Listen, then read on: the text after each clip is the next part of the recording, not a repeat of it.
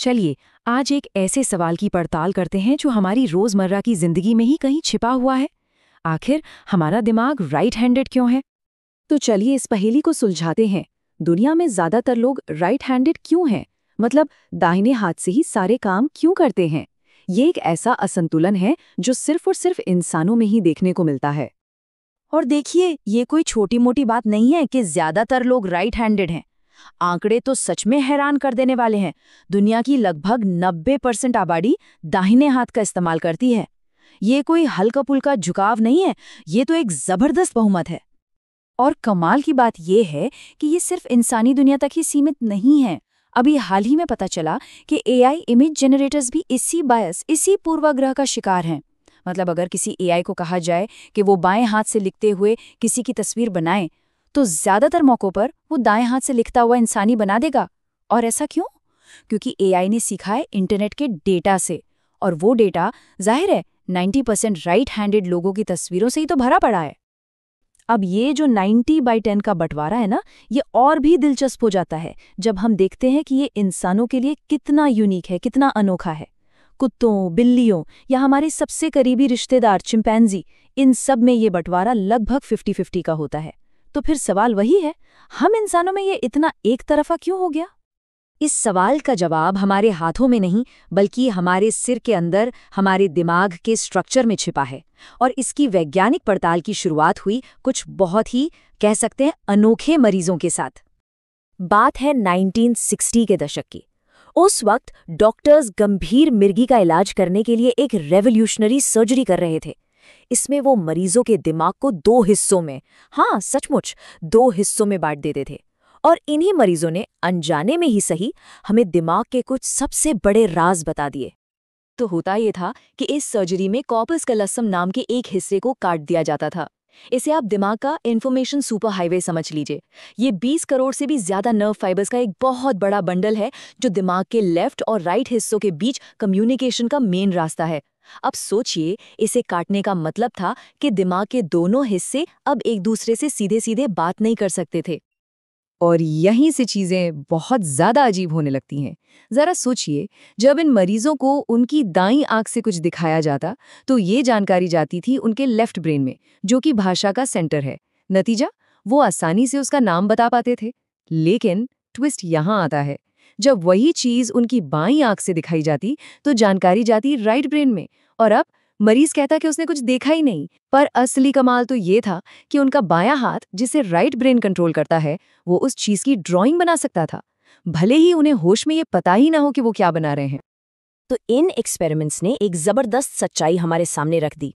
हमारा दिमाग एक सिंगल यूनिट नहीं है, ये तो 2 स्पेशलिस्ट्स की एक टीम है। लेफ्ट ब्रेन संभालता है लॉजिक, लैंग्वेज, एनालिसिस, मतलब हिसाब किताब वाला काम। और राइट ब्रेन, वो है इमोशंस, इमेजिनेशन, चेहरे पहचानने जैसी विजुअल चीजों का मास्टर। ठीक है, तो अगला लॉजिकल सवाल यही उठता है, आखिर दिमाग ने अपने काम को इस तरह बांटा ही क्यों? एवोल्यूशन ने ये स्पेशलाइजेशन वाला रास्ता क्यों चुना? इसका जवाब छिपा है एक एवोल्यूशनरी प्रॉब्लम में, जिसे कहते हैं ऑब्स्टेट्रिकल डायलेमा। हुआ ये कि जब हमारे पूर्वजों ने 2 पैरों पर चलना शुरू किया तो उनकी कमर यानी पेल्विस का ढांचा पतला हो गया। लेकिन दूसरी तरफ ज्यादा इंटेलिजेंस के लिए दिमाग का साइज बढ़ता जा रहा था। अब ये एक सीधी सीधी मुश्किल थी, एक पतले बर्थ कैनाल से एक बड़ा सिर बाहर कैसे आएगा? तो दिमाग के साइज पर एक फिजिकल लिमिट लग गई। अब एवोल्यूशन को कोई चालाक सा सोल्यूशन निकालना था। तो सिर्फ साइज में बड़ा होने के बजाय दिमाग ने ज्यादा एफिशिएंट, ज्यादा कुशल बनने का रास्ता अपनाया। उसने खुद को रीऑर्गेनाइज किया, अपने अंदर स्पेशल जोन बनाए ताकि कम जगह में ज्यादा से ज्यादा काम निपटा सके। और बस यहीं पर कहानी घूमकर वापस हमारे हाथों पर आ जाती है। अब जो बात सामने आ रही है वो थोड़ी चौंकाने वाली है।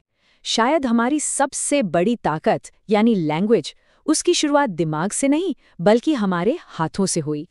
ये थियोरी कुछ इस तरह से है। सोचिए, लड़ाई झगड़े के दौरान हमारे पूर्वज अपने दिल को बचाने के लिए नेचुरली अपनी बॉडी को थोड़ा घुमाते थे।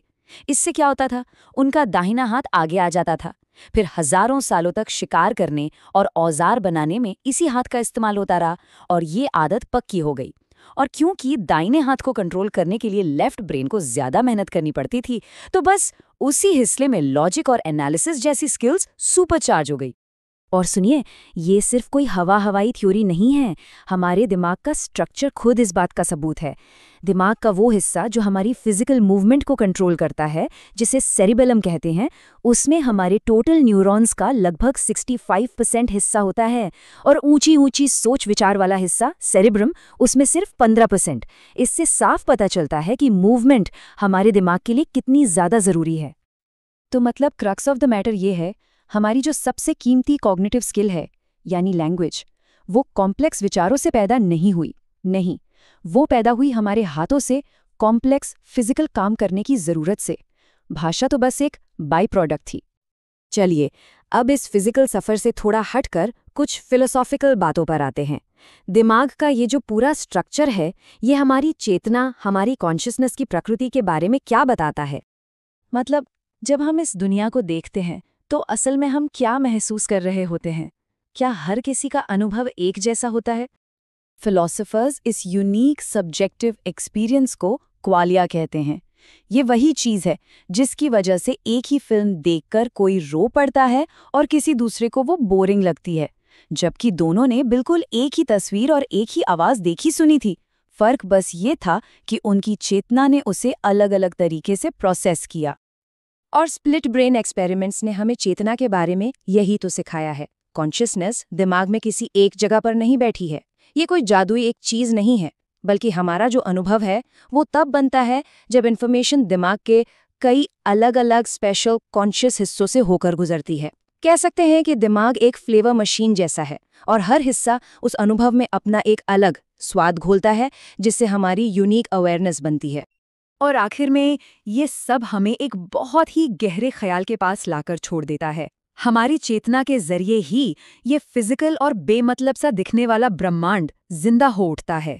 शायद ये यूनिवर्स सिर्फ एग्जिस्ट नहीं कर रहा, हमारे जरिए ये खुद को एक्सपीरियंस कर रहा है। हमारी आंखों से तारे अपनी चमक देखते हैं और हमारे दिमाग से ये ब्रह्मांड खुद के होने का मतलब खोजता है।